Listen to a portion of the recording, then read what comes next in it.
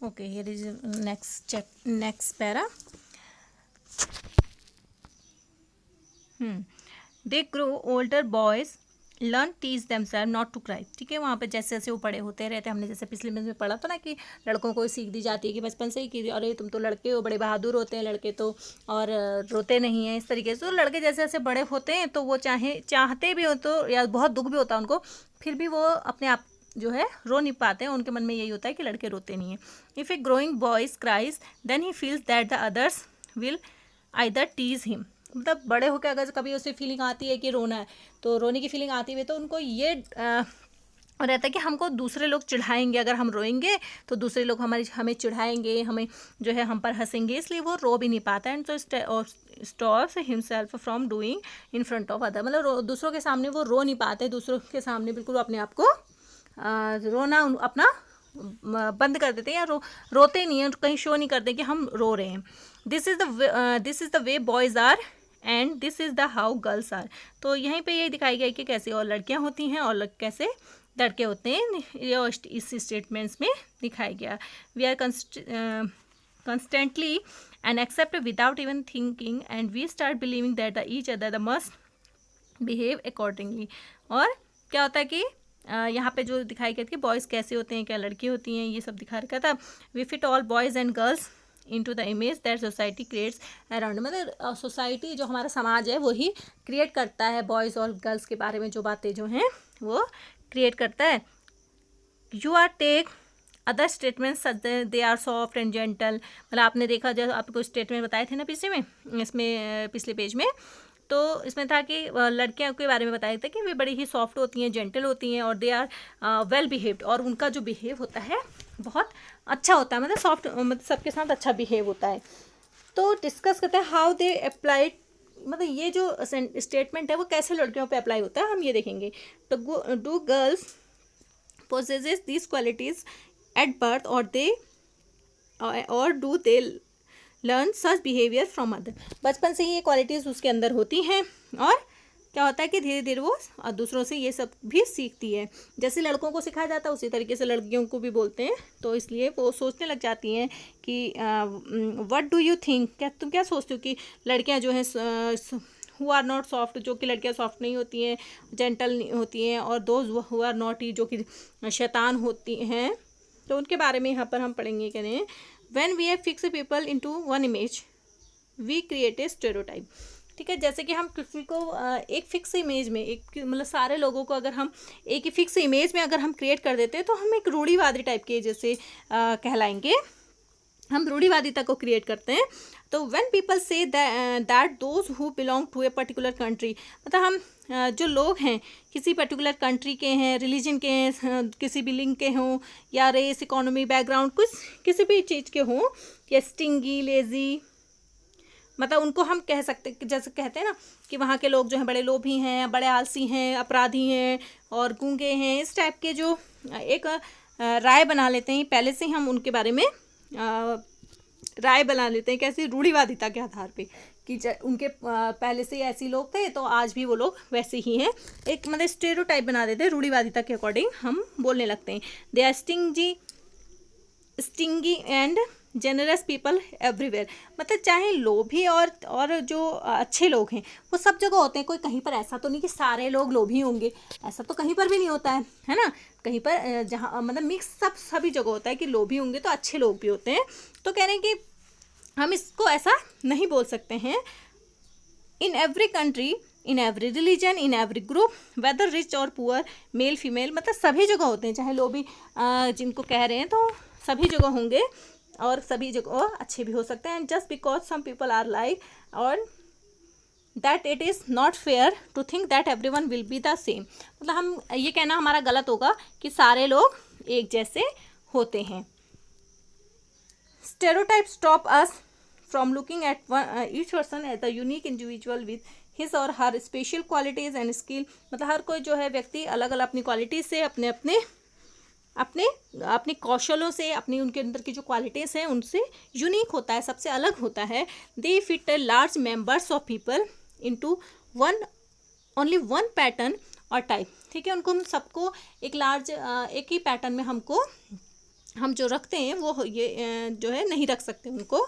Stereotype affects all of us, they prevent us from doing certain things that we might otherwise be good at, ठीक है। और ये जो है हम सब उनको जो है एक उसमें नहीं रख सकते हैं, ये बचाते हैं उसको कि दूसरों से, ठीक है, दूसरों के अच्छे अच्छे बुरे उससे, मतलब कि कौन अच्छा है कौन बुरा है, ये सब चीज़ की समझ हमको देता है। फिर आता है इनइक्वालिटी एंड डिस्क्रिमिनेशन। इनइक्वालिटी असमानता और जो भेदभाव कह सकते हैं जिसको। Discrimination happen people when people act on their prejudices and stereotypes. विभिन्नता कब आती है, भेदभाव कब आता है? भेदभाव जब पूर्वाग्रह हम बना लेते हैं या फिर रूढ़िवादिता है, ठीक है। रूढ़िवादिता मतलब पहले से ही जिनके लिए भेदभाव करते आए हैं, तो लोग आते वो सुनते आते हैं कि अरे इनसे भेदभाव करते हैं, इनसे भेदभाव करते हैं, तो वो रूढ़िवादिता के अकॉर्डिंग। और प्रेजुडाइज यानी कि पहले हमने किसी के बारे में नेगेटिव थिंग सोच ली। प्रेजुडाइज पूर्वाग्रह, नेगेटिव पूर्वाग्रह को नेगेटिव किसी चीज़ के बारे में सोचते हैं जो। If you do something to put other people down, if you stop them from taking part in certain activities and taking job, मतलब किसी भी लोगों को मतलब इफ़ यू डू समथिंग, अगर आप कुछ करना चाहते हैं, या पुट अदर पीपल डाउन, या किसी को दूसरे को नीचा दिखाना चाह रहे हैं, तो उसमें क्या है कि उसको क्या करते हैं, you will stop them from taking, उनको हम रोकते हैं। हम किसी को नीचा दिखा रहे हैं या हम किसी को मतलब नहीं रख रहे हैं अपने पास अपनी एक्टिविटीज़ में, तो कह रहे हैं कि उनको हम एक्टिविटीज़ में पार्ट नहीं करते हैं, उनको जॉब देने में नहीं दे जॉब दिलाने में परेशानी होती है। और stop them from living certain neighbourhood, अपने आस पड़ोस उनको नहीं रहने देते हैं। Prevent dam from taking water from the same well and hand pump, और कई गांव घरों में जैसा कि सेम मतलब उनको इतना भेदभाव किया जाता है कि सेम नल से जो है या सेम जो कुआं वगैरह होता है तो वहाँ से पानी भी नहीं लेने देते हैं। और उनका आस पड़ोस में नहीं रहने देते हैं।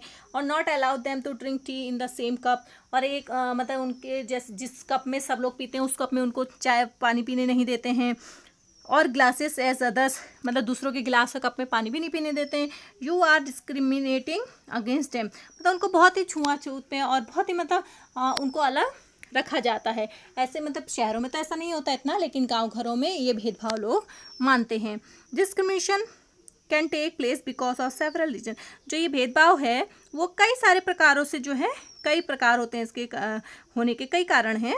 तो you probably recall from the previous chapter, जैसे कि तुमने पहले उसमें पढ़ा था कि समीर एक और समीर दो के बारे में, तो उनके बारे में पढ़ा था। तो उनके भी जो भिन्नता का, उनके बीच का जो भेदभाव का कारण अलग था। For example they belong to different religion, पहले तो वो दूसरे दोनों जो हैं अलग अलग धर्म के थे। और डाइवर्स उनके अंदर क्या थी, this is the aspect of diversity, और उनकी जो बोलचाल थी उसमें भिन्नता थी। और सोर्स मतलब उनकी जो बोलचाल का, उनकी जो विभिन्नता है वो भी उनके भेदभाव का कारण थी। Group of people who may speak a certain language, जो कि लोग हैं, जो ग्रुप के लोग होते हैं जो कि एक ही लैंग्वेज बोलते हैं और फॉलो ए पर्टिकुलर, और एक ही धर्म को जो है मानते हैं। Live in specific region sector, और मतलब एक ही स्पेसिफिक एक विशेष रीजन में जो है वो लोग रहते हैं। May be discriminated against the other custom and practice may be seen as inferior, मतलब हम जो एक ही सोसाइटी, मतलब एक ही क्षेत्र के लोग, एक ही धर्म को मानने वाले लोग, एक ही टाइप के जो लैंग्वेज यूज़ करने वाले लोग का जो एक ग्रुप होता है, अगर उनके बीच में कोई अदर धर्म का, अदर क्षेत्र का, या फिर कोई अदर रीति रिवाजों को मानने वाला, जो दूसरे रीति रिवाजों को मानने वाला अगर कोई व्यक्ति आ जाए, तो वो क्या करेगा, अपने आप को उसमें अलग सा महसूस करेगा, बहुत ही मतलब अलग, मतलब उसको अकेलापन सा लगेगा, क्योंकि वो लोग अपने समाज में उनको शामिल उसको नहीं करते हैं। Another difference between the two Sameers was the their economic background, और दूसरा जो डिफरेंस था उनके बीच का था उनका जो इकोनॉमिक बैकग्राउंड था, यानी कि समीर जो दो है वो क्या था, बहुत ही ज़्यादा गरीब था।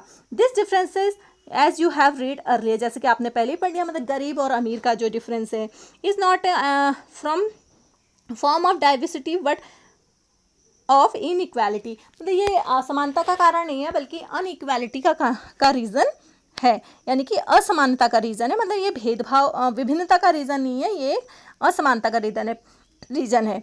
People who are poor do not have the resources और the money meet their basic needs. ठीक है, गरीबी के कारण जो है उनको बेसिक नीड भी अपनी नहीं मिल पाती है, जैसे कि खाना है, कपड़े है, शेल्टर है, मतलब डिफरेंस गरीबी के कारण।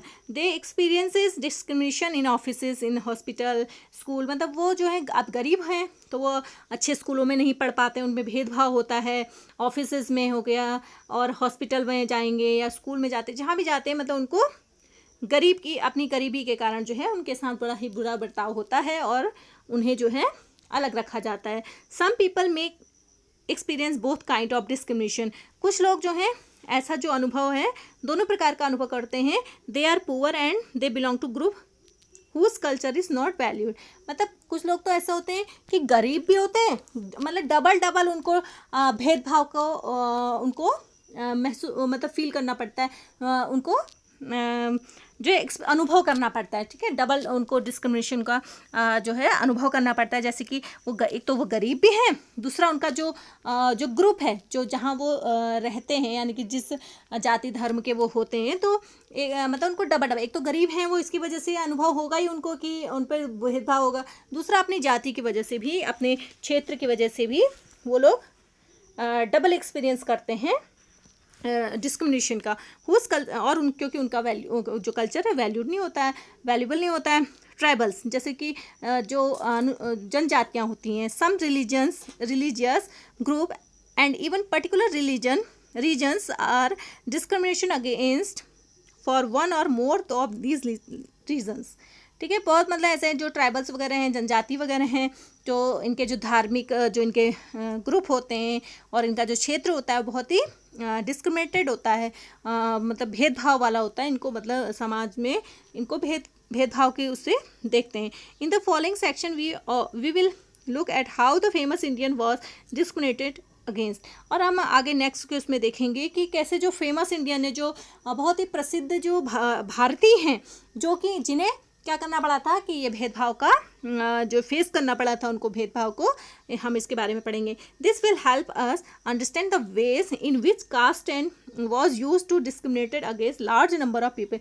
मतलब तो ये हमको हेल्प करेगा कि ये समझने के लिए कि कैसे कास्ट के, जातिवाद के कारण जो है भेदभाव के कारण लोगों को अलग किया गया, या उनके अगेंस्ट जो है ये बहुत सारे लोग गए थे। हम इसको अपने नेक्स्ट वीडियो में हम पढ़ेंगे। ठीक है, आप इतना